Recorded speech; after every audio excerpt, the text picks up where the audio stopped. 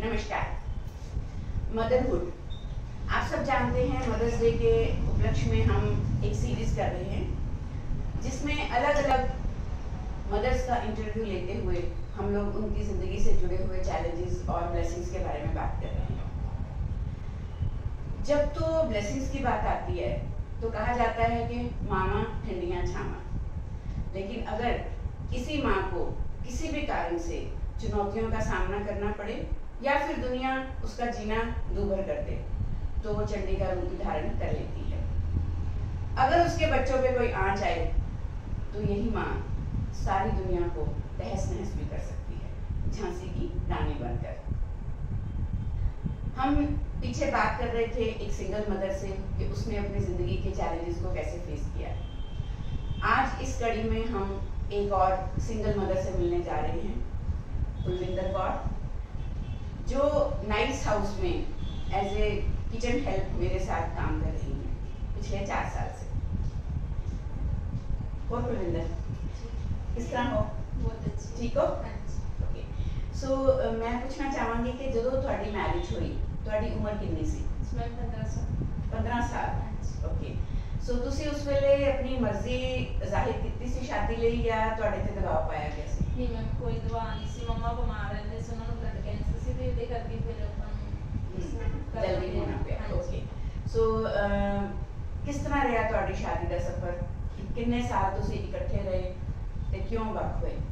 थोड़ा चिर तो बहुत अच्छा निकला। जब तो बच्चे हो गए उस तो बाद फिर काफी तनाव साडे च शुरू हो गया सीगा ते हुंदा मतलब काम नहीं करते सी, इस करके बढ़ती गल साडी ज्यादा बढ़ गई सी। मेन कारण ਜਿਹੜਾ ਤੁਹਾਡੀ ਮੈਰਿਜ ਲਾਈਫ ਡਿਸਟਰਬ ਹੁੰਦਾ ਸੀਗਾ ਉਹ ਇਹ ਸੀਗਾ ਕਿ ਉਹ ਕਮਾਉਂਦੇ ਨਹੀਂ ਸੀ। ਹਾਂਜੀ, ਕੰਮ ਨਹੀਂ ਸੀ ਕਰਦੇ, ਬੱਚਿਆਂ ਦਾ ਖਰਚਾ ਜਾਂ ਹੋਰ ਜਿਹੜੀ ਚੀਜ਼ਾਂ ਤੁਹਾਨੂੰ ਨਾਲ ਸਪੋਰਟ ਨਹੀਂ ਸੀ ਕਰਦੇ। ਹਾਂਜੀ, ਆਪਣੀ ਜ਼ਿੰਮੇਵਾਰੀਆਂ ਤੋਂ ਨਹੀਂ ਭੱਜਦੇ ਸੀਗੇ ਉਹ। ਓਕੇ। ਹੋਰ ਕੋਈ ਦਿੱਕਤ ਹੋਵੇ ਉਹਨਾਂ ਦੇ ਸੁਭਾਅ 'ਚ ਜਾਂ ਤੁਹਾਨੂੰ ਹੋਰ ਕੋਈ ਪਰੇਸ਼ਾਨੀ ਦਾ ਸਾਹਮਣਾ ਕਰਨਾ ਪਵੇ ਉੱਥੇ ਰਹਿੰਦੇ? ਹਾਂਜੀ, ਮੈਨੂੰ ਉਹਨਾਂ ਦੀ ਆਦਤ ਸੀ ਕਿ ਹਰ ਇੱਕ ਗੱਲ ਤੇ ਲੜਨਾ ਜਾਂ ਕੁਛ ਏਦਾਂ ਦਾ ਕਰਨਾ। ਉਹਨਾਂ ਨੂੰ ਇਹ ਆਦਤ ਸੀ, ਲੜਾਈ ਸਭ ਤੋਂ ਜ਼ਿਆਦਾ ਸੀ ਉਹਨਾਂ ਦੇ ਵਿੱਚ। ਜੇ ਕੰਮ ਨਹੀਂ ਕਰਨਾ, ਲੜਾਈ ਸਭ ਤੋਂ ਜ਼ਿਆਦਾ ਲੜਾਈ ਵੀ ਕਰਨੀ ਹੈ। ਹਾਂਜੀ। ਸੋ ਤੁਸੀਂ ਘਰ ਦਾ ਖਰਚਾ ਉਦੋਂ ਤੱਕ ਕਿੱਦਾਂ ਮੈਨੇਜ ਕਰਦੇ ਰਹੇ? ਮੈਂ ਉਦੋਂ ਸੀਗੇ ਮੇਰੇ ਸੀਗੇ ਸੱਸ ਸਹੁਰਾ ਸੀਗੇ, ਉਹ ਕੰਮ ਕਰਦੇ ਸੀਗੇ ਤਾਂ ਉਹ ਖਰਚਾ ਕਰ ਲੈਂਦੇ ਸੀ ਉਸ ਟਾਈਮ। ਹਾਂਜੀ। ਫਿਰ ਤੁਸੀਂ ਅਲੱਗ ਹੋਣ ਦਾ ਫੈਸਲਾ ਕਿਉਂ ਲਿਆ?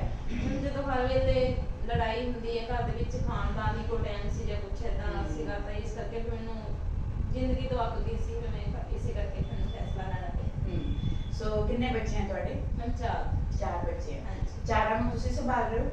ਹਾਂਜੀ ਮੈਮ, 2 ਤਾਂ ਉਹਨੀ ਡਿਵੋਰਸ ਹੋ ਗਿਆ ਸੀ, 2 ਤਾਂ ਉਹਨੀ ਆਪਣੇ ਕੋਲ ਰੱਖੇ ਸੀਗੇ ਤੇ 2 ਮੇਰੇ ਕੋਲ ਸੀ। ਤਾਂ ਹੁਣ ਮਤਲਬ 4 ਬੱਚੇ ਮੇਰੇ ਨਾਲ ਦੋਨੇ, ਉਹ ਵੀ ਬੱਚੇ ਮਿਲਦੇ ਪਏ ਆ। ਓਕੇ। ਹਾਂਜੀ। ਸੋ ਕਿੰਨੇ ਸਾਲ ਤੋਂ ਤੁਸੀਂ ਵੱਖ ਰਹਿ ਰਹੇ ਹੋ? ਮੈਮ 10 ਸਾਲ ਹੋ ਗਏ। 10 ਸਾਲ ਹੋ ਗਏ। 10 ਸਾਲਾਂ ਦੇ ਸਫ਼ਰ ਦੇ ਵਿੱਚ ਕਿਸ ਤਰ੍ਹਾਂ ਦੀ ਮੁਸ਼ਕਿਲਾਂ ਆਈਆਂ? ਜਦੋਂ ਤੁਸੀਂ 2 ਬੱਚਿਆਂ ਨੂੰ ਲੈ ਕੇ ਘਰੋਂ ਨਿਕਲੇ ਹੋ ਤਾਂ ਤੁਹਾਡੇ ਹੱਥ 'ਚ ਕੋਈ ਕਮਾਈ ਦਾ ਸਾਧਨ ਤਾਂ ਸਹੀ ਸੀਗਾ ਨਹੀਂ ਮੈਮ, ਕੋਈ ਸਾਧਨ ਨਹੀਂ ਸੀਗਾ। ਫਿਰ ਉਸ ਵੇਲੇ ਕਿਸ ਤਰ੍ਹਾਂ ਚੱਲਿਆ? ਮੈਂ ਉਸ ਵੇਲੇ ਤਾਂ ਚਲੋ ਸੀਗੇ ਬ੍ਰਦਰ ਸੀ, ਥੋੜਾ ਬਹੁਤਾ ਕਰਦੇ ਸੀ, ਗੁਜ਼ਾਰਾ ਚੱਲਦਾ ਸੀ। ਤੇ ਜਦੋਂ ਬੱਚੇ ਵੱਡੇ ਹੋਣ ਲੱਗੇ ਸੀ ਤਾਂ ਮੈਨੂੰ ਖੁਦ ਨੂੰ ਆਪਣੇ ਖਰਚੇ ਹੀ ਦਿਸਦੇ ਸੀ ਕਿ ਮੈਂ ਕਰਨੇ ਆ, ਤੇ ਇਹਨਾਂ ਦੀਆਂ ਜ਼ਿੰਮੇਵਾਰੀਆਂ ਸਭ ਤੋਂ ਜ਼ਿਆਦਾ ਵੱਡੀਆਂ। ਓਕੇ। ਸੋ ਬੱਚੇ ਤੁਹਾਡੇ ਪੜ੍ਹ ਰਹੇ ਆ ਹੁਣ? ਹਾਂਜੀ।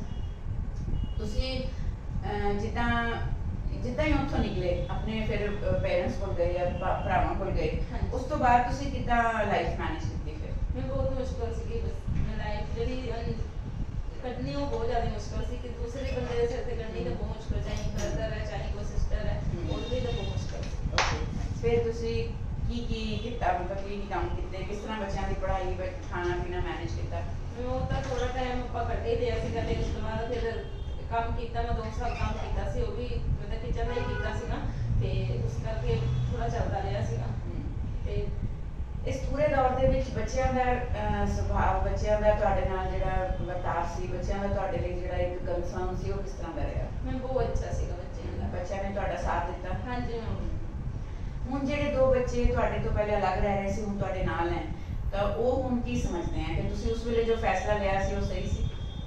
ਮੈਂ ਨਹੀਂ, ਉਹ ਮਤਲਬ ਸੋਚਦੇ ਕਿ ਸਾਡੇ ਪਾਪਾ ਗਲਤ ਸੀ ਤੇ ਮੰਮਾ ਸਹੀ ਸੀਗੇ। ਹੁਣ ਇਹ ਗੱਲ ਸੋਚਦੇ ਆ। ਮੇਰਾ ਮਤਲਬ ਸਾਥ ਦੇ ਰਹੇ ਆ ਬੱਚੇ, ਮੇਰਾ ਸਾਥ ਦਿੰਦੇ ਪਏ ਆ। ਸੋ ਤੁਸੀਂ ਹੁਣ ਆਪਣੇ ਜਿਹੜਾ ਲਾਈਫ ਹੈ ਉਹਦੇ ਵਿੱਚ ਤੁਹਾਨੂੰ ਜੇ ਕਹੀਏ ਕਿ ਸਭ ਤੋਂ ਜ਼ਿਆਦਾ ਸਪੋਰਟ ਇਕੱਲੇ ਟਾਈਮ ਤੇ ਕਿਹਨੇ ਕੀਤਾ? ਮੈਨੂੰ ਸਪੋਰਟ ਕੀਤਾ ਮੇਰੇ ਸਰਮਨ ਨੇ, ਸਭ ਤੋਂ ਜ਼ਿਆਦਾ ਉਹਨਾਂ ਨੇ ਕੀਤਾ ਹੈ। ਕਿਸੇ ਨੇ ਨਹੀਂ दी गल हो गई ना काम दी, मैं पर्सनल लाइफ च रिश्तेदारी की गल ਕਿਸੇ ਨਾਲ ਨਹੀਂ ਮਤਲਬ ਕਿਸੇ ਨਾਲ ਸਪੋਰਟ ਨਹੀਂ ਕੀਤਾ ਸਭ ਤੋਂ ਜ਼ਿਆਦਾ ਮੈਨੂੰ ਇੱਥੇ ਸਪੋਰਟ ਮਿਲੀ ਹੋਰ ਕਿਤੇ ਨਹੀਂ चलो भैन भरा सीगे तुहाडे, उन्होंने जिस तरह भी तुहाडा साथ दिता। सब तो ज्यादा तकलीफ वाला टाइम तुसी जे कुछ दसना चाहो? मैं कल्ले हैंडल किया सब तो ज्यादा तकलीफ बच्चों के नाल सब तो ज्यादा तकलीफ हुई तो मैं कल्ले ने हैंडल किया, किसी ने नहीं कराया उस टाइम। सारे मतलब कि ये सोचते सी तमाशा देखते सी ब्रदर है चाहे सिस्टर है, मतलब जिन्होंने कुछ दे दो तो सब तो अच्छे है दिता नहीं। सो ਤੁਹਾਨੂੰ ਜਦੋਂ ਦਾ ਇੱਥੇ ਕੰਮ ਤੇ ਆਉਂਦੇ ਹੋਏ ਨੂੰ 4 ਸਾਲ ਹੋਣ ਲੱਗੇ हैं, सो ਤੁਹਾਨੂੰ ਕੀ ਮਹਿਸੂਸ ਹੋਇਆ ਕਿ ਕੁਝ ਤੁਹਾਨੂੰ ਲੱਗਿਆ ਕਿ ਜ਼ਿੰਦਗੀ 'ਚ ਕੁਝ ਬਦਲਾਅ ਆਇਆ ਹੈ, ਸੋਚ ਵਿੱਚ ਕੁਝ ਬਦਲਾਅ ਆਇਆ ਹੈ, ਬੱਚਿਆਂ ਨੂੰ ਲੈ ਕੇ ਕੁਝ ਅੱਗੇ ਜ਼ਿੰਦਗੀ ਦੇ ਵਿੱਚ ਫੈਸਲੇ ਲੈਣ 'ਚ ਕੁਝ ਬਦਲਾਅ ਆਇਆ? हाँ जी मैं बदलाव काफ़ी है जो तो मैं इत्थों ही आ रही है तो काफ़ी मेरी जी सोच सी काफ़ी मैं ਉਹਦੇ ਵਿੱਚ ਬਦਲਾਵ ਲੈ ਕੇ ਆਂਦਾ ਹੈ ਔਰ ਬੱਚਿਆਂ ਨੂੰ ਇਹ ਜ਼ਿੰਮੇਵਾਰੀ ਮੈਂ ਸੋਚਦੀ ਕਿ ਬੱਚਿਆਂ ਨੂੰ ਆਪਣੇ ਪੈਰਾਂ ਤੇ ਖੜਾ ਕਰਦਾ ਤੇ ਸਭ ਤੋਂ ਵੱਡੀ ਮੇਰੀ ਇਹ ਜ਼ਿੰਮੇਵਾਰੀ ਕਿ ਬੱਚੇ ਮੇਰੇ ਆਪਣੇ ਪੈਰਾਂ ਤੇ ਖੜ ਕੇ ਤੇ ਮੈਂ ਸਭ ਤੋਂ ਜ਼ਿਆਦਾ ਦੁਨੀਆ को मैं जीत लेनी है। सो आपने देखा है कि समाज की बात करते हैं, रिश्तेदारी की बात करते हैं तो आप मुश्किल में हो, सलाहें देने के लिए बहुत सारे लोग आते हैं, लेकिन जब आपके साथ कोई मुसीबत में खड़े होने की बात हो तो अक्सर वैसे वाले रिश्ते कई बार काम आते हैं जिनके बारे में हमने सोचा भी नहीं होता। आज कुलविंदर शायद खुल के बात नहीं कर पा रही हैं, सबका अपना अपना स्वभाव होता है, तो मैं बहुत ज़्यादा उनके जख्म गहराई में छीलना भी नहीं चाहती, लेकिन मेरा मोटिव आज इस बात करने का यही है कि जब तक आपको लगे कि एक औरत किसी तकलीफ में है तो कम से कम समाज की औरतों को ज़रूर चाहिए, चाहे वो बहनें हैं, भाभियाँ हैं, कोई रिश्तेदारी में हैं, सहेलियाँ हैं या बेटियाँ हैं, उन्हें कम से कम उस औरत का साथ ज़रूर देना चाहिए। सो मुझे उम्मीद है कि हमारे आज के इस एपिसोड से जो लोग इस तरह के हालात में आज भी अपने बच्चों की वजह से, समाज की वजह से, रिश्तेदारों की वजह से जुल्म सह रही हैं, अपने बच्चों को भी गलत और नेगेटिव माहौल में रख रही हैं, उन्हें कुछ लेसन या मोटिवेशन ज़रूर मिलेगी कि आप अगर चाहो तो आप उस जिल्लत से, उस नर्क से निकल सकते हो और अपनी और अपने बच्चों की ज़िंदगी बेहतर बना सकते हो। तो हमारे साथ जुड़े रहने के लिए बहुत बहुत शुक्रिया। Thank you Kulwinder.